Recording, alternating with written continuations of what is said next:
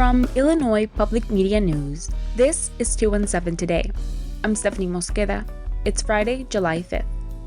Coming up, we'll learn more about the Beep Baseball Tournament coming to Savoy this weekend. That story in just a few minutes. But first, these headlines. The Champaign County Freedom Celebration Parade was canceled yesterday due to weather conditions. The evening program carried on as scheduled and featured a sensory museum with fireworks to close the night.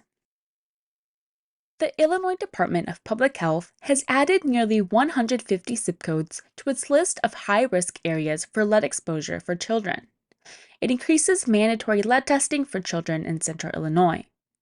IPM's Annalika Achupa reports.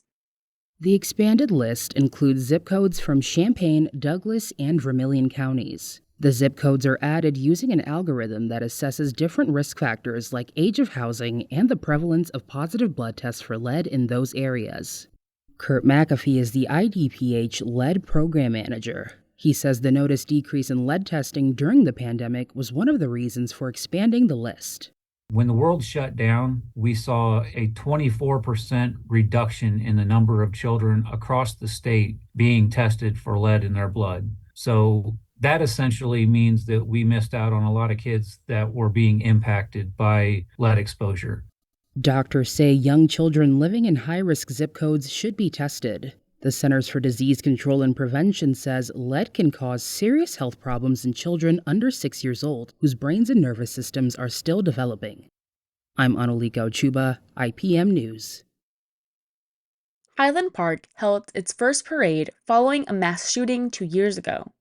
The parade in the northern suburb was held at 1 p.m. after a morning memorial service. Linda Chapin came with her husband, brother, and grandchildren. Fun day, it's time to be together, celebrate being together, and I think the city's done a great job of recognizing the event, but also talking about moving forward. The parade only lasted half an hour or so. Many said the crowd was thinner than it had been before the shooting, and that it felt even more low-key. Illinois Governor J.B. Pritzker is saying little about a meeting he and other Democratic governors had with President Joe Biden. Organized by the White House, the meeting was aimed at addressing Biden's spiritless performance in last week's debate with Republican Donald Trump, as new New York Times polling showed Biden falling farther behind Trump post-debate. A Pritzker spokesperson said the governor characterized the president's remarks as, quote, candid, and appreciated hearing directly from the president for the first time since the debate. A record number of travelers are hitting the road and the skies this 4th of July weekend. AAA projects more than 4 million Illinois residents will travel at least 50 miles. Airlines are expecting more than 1.7 million people to travel through O'Hare and Midway airports. For Karen Pride with the Chicago Department of Aviation, this is business as usual. This is not the first holiday we've experienced, so we're prepared for every holiday. We're prepared for every day of the year because there are a number of factors that could impact the volume of passenger traffic through both of the airports. The Illinois Department of Transportation has temporarily reopened many lane closures across the state to combat heavy weekend traffic. IDOT urges drivers to pay attention to signs posted in construction zones. Still to come, we'll learn more about the Beep Baseball Tournament coming to Savoy this weekend. That story is coming up next on 217 Today. Next time on the 21st show, how Illinois became the 21st state. We'll talk with the author of a book that looks at the persuasion and power that went into statehood, and how today we're still living with the consequences of decisions made more than 200 years ago. I'm Brian Mackey. That's next time on the 21st show. Join us.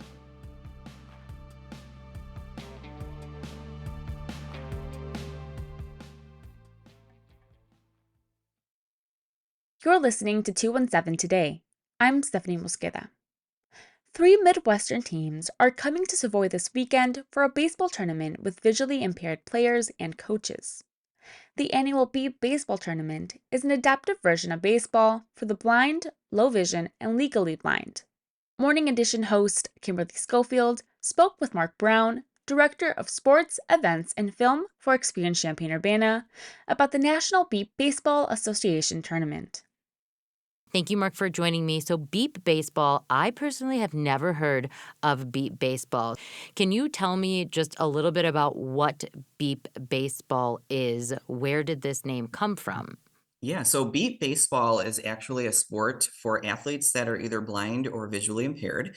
And the reason that it's called beat baseball is because the baseball that's used beeps. And the reason that it beeps is because, they struggle to be able to see the baseball. And so they need to be able to hear it when it's coming toward them in order to hit it. And the other kind of exciting or interesting thing to note is that the bases also buzz. And so, it'd be difficult for them to be able to see where the bases are as they're running to them. And so the bases buzz so that they're able to hear where they are, and that's how they can get where they need to go after they've hit the beat baseball. Is there an age range at all for the people who participate in it? In terms of age ranges, it really ranges all the way from like teenage years up through adulthood. We're going to see athletes from 3 different cities that represent a variety of different age ranges. And again, some of them are fully blind and some of them are visually impaired where, they're able to see some things, but they're not able to get the full breadth of the vision, and so we're going to kind of see a variety of different abilities. Other than the bases buzzing and the baseball beeping, do you know if there are any other adjustments made? So there are. There's actually only 2 bases instead of 3, so that's one adjustment. And one of the cool things is that the base that is turned on as buzzing, so the people that run the tournament actually will turn on one of the bases after a ball is hit. The athlete then that has hit the ball has to listen for which base is buzzing, and then they run to that base. So they're not necessarily always running to the same, first base like you would see in standard baseball. They have to listen to know which base to run to. The other interesting adjustment is that it's very rare that an athlete is able to catch the beat baseball midair. And so what happens is once the ball is hit, as soon as one of the athletes in the field makes contact with it and picks it up, if the athlete that hit the beat baseball has not made it to the base yet, then they're out. And so it's kind of different than standard baseball in terms of how it's played. It has the same idea. Those adjustments are just there because it is harder to catch a ball midair and it's harder to get it where it needs to go, just because when athletes are blind or visually impaired, it's not as easy to be able to handle the ball. For people who are interested in attending the event, what information do they need to know? Do they have to buy tickets? Can they show up and cheer? So this is actually a free event. We're encouraging everybody who's interested in it to come out. One important thing just to consider is that we do need a quiet atmosphere because, obviously the athletes have to be able to hear the beat baseball and they have to be able to hear the bases buzzing. And so, that's one of the reasons that we hold it at this particular park. It's actually at the park right next to Carrie Busey Elementary in Savoy. So it's a very quiet area.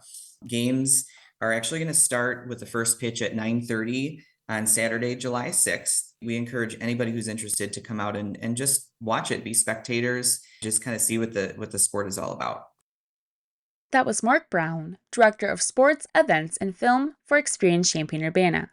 He spoke with Morning Edition host Kimberly Schofield about the National Beep Baseball Association Tournament.